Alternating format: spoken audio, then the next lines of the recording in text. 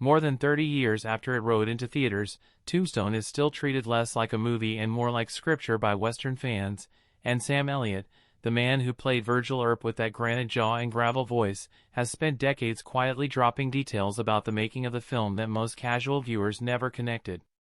None of it is a single bombshell secret.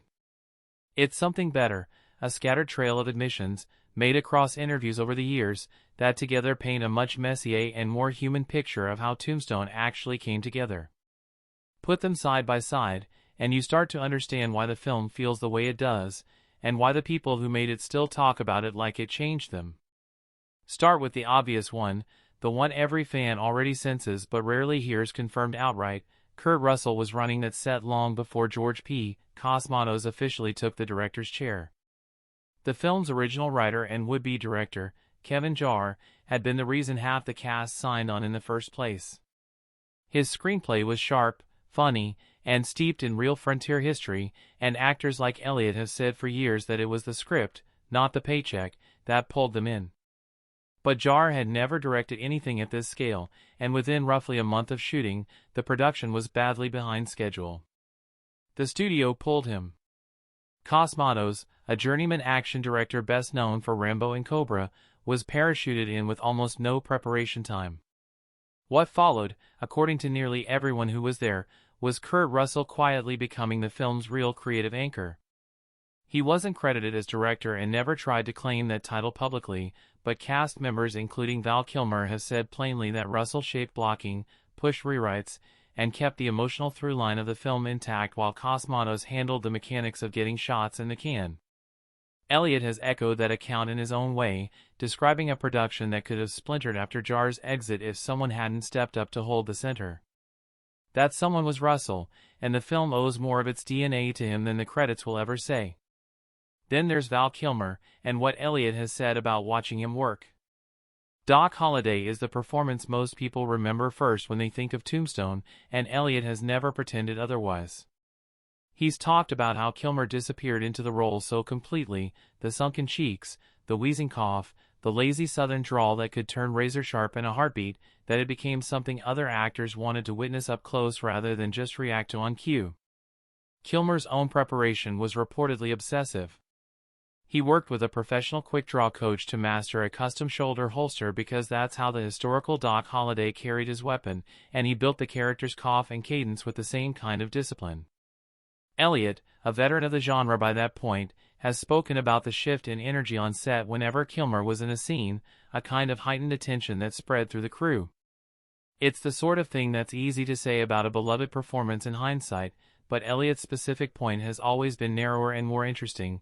It wasn't just that Kilmer was good, it's that watching him work felt like a lesson in commitment that stuck with the people standing a few feet away. Elliott's own connection to the material runs deeper than most fans probably realize, and it explains why Virgil Earp feels less like a performance and more like a man who actually lived on that frontier. Elliott grew up with a genuine pull toward Western stories and the history of the American Southwest, and that familiarity shows in the stillness he brings to Virgil, a character who carries moral weight without needing to announce it. But that authenticity came with a cost. Jarre's original script gave the Earp brothers, and Virgil in particular, considerably more screen time and depth than the finished film does. As Cosmatos and the production reworked the material under pressure, roughly half an hour of footage focused on the brothers' relationship ended up trimmed in favor of tightening the bond between Wyatt and Doc Holliday, which had become the emotional engine of the movie. Elliott has been candid that this cut stung.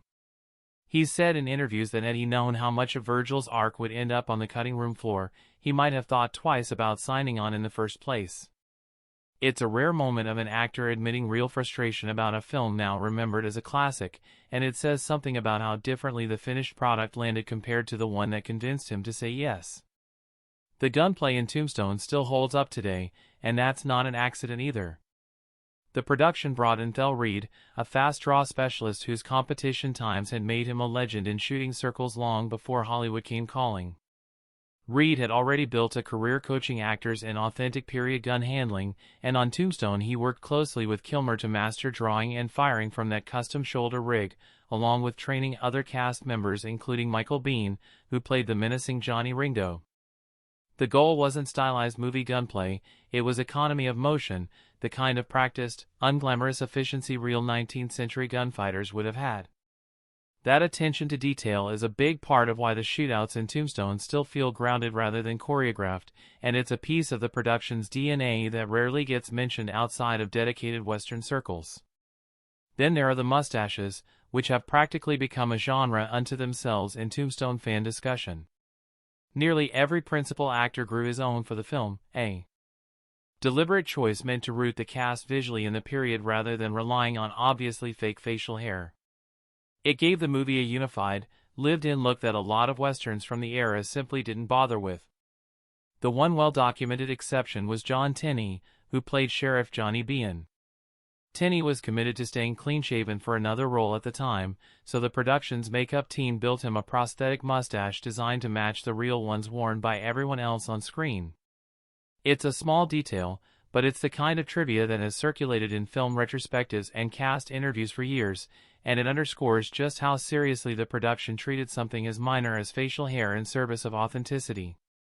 Perhaps the most quietly remarkable thing Elliott has talked about is how unbothered he was by the shadow hanging over the entire production, Kevin Costner's Wyatt Earp. That film was in the works at nearly the same time, with a far bigger budget, a starrier marketing push, and a sweeping, prestige picture ambition that made a lot of industry observers assume it would bury the smaller, scrappier Tombstone. Elliott has recalled sitting with Kurt Russell before shooting even began, in a hotel room in Arizona while Costner's production was underway down in New Mexico, and Russell was visibly anxious about how their film would stack up. Elliott's response, as he's told it in interviews over the years, was blunt and confident. The other productions simply didn't have their script or their cast, and once shooting wrapped, nothing else about the comparison would matter. History bore that out. Tombstone opened on Christmas Day 1993 to a mixed critical reception, but it found its audience fast and has only grown in stature since, while Wyatt Earp struggled at the box office and never developed anything close to the same following. Elliott's certainty in that hotel room, delivered with the kind of dry, unshakable confidence that defines his whole screen persona, turned out to be exactly right. None of this paints Tombstone as some seamless, harmonious production, and Elliott has never tried to sell it that way.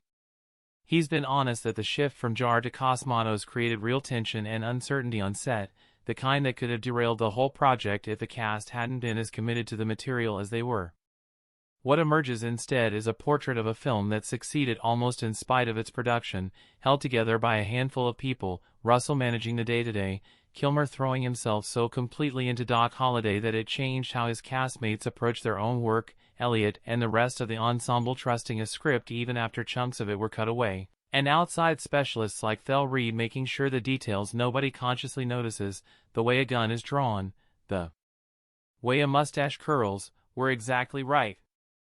It's a reminder that a lot of the movies we think of as effortless classics were actually built out of compromise, disagreement, and a fair amount of stubbornness from people who refused to let the whole thing fall apart. That's ultimately what makes Elliott's various comments about Tombstone over the years worth paying attention to.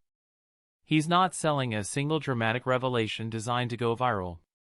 He's offering the accumulated perspective of someone who lived through a chaotic shoot, watched a directing change threaten to derail a project he loved, lost scenes he wished had stayed in the film, and still came out the other side convinced they'd made something special. Decades later, with Tombstone firmly established as one of the most quoted and rewatched westerns ever made, it's easy to forget how uncertain all of it felt at the time. Elliott's honesty about that uncertainty, mixed with his obvious pride in what the cast pulled off, is probably the most authentic behind-the-scenes account fans are going to get.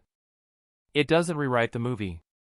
It just makes the movie a little richer the next time you watch it, knowing what it took to get Virgil Earp, Doc Holliday, and the rest of that unforgettable cast up on screen in the first place.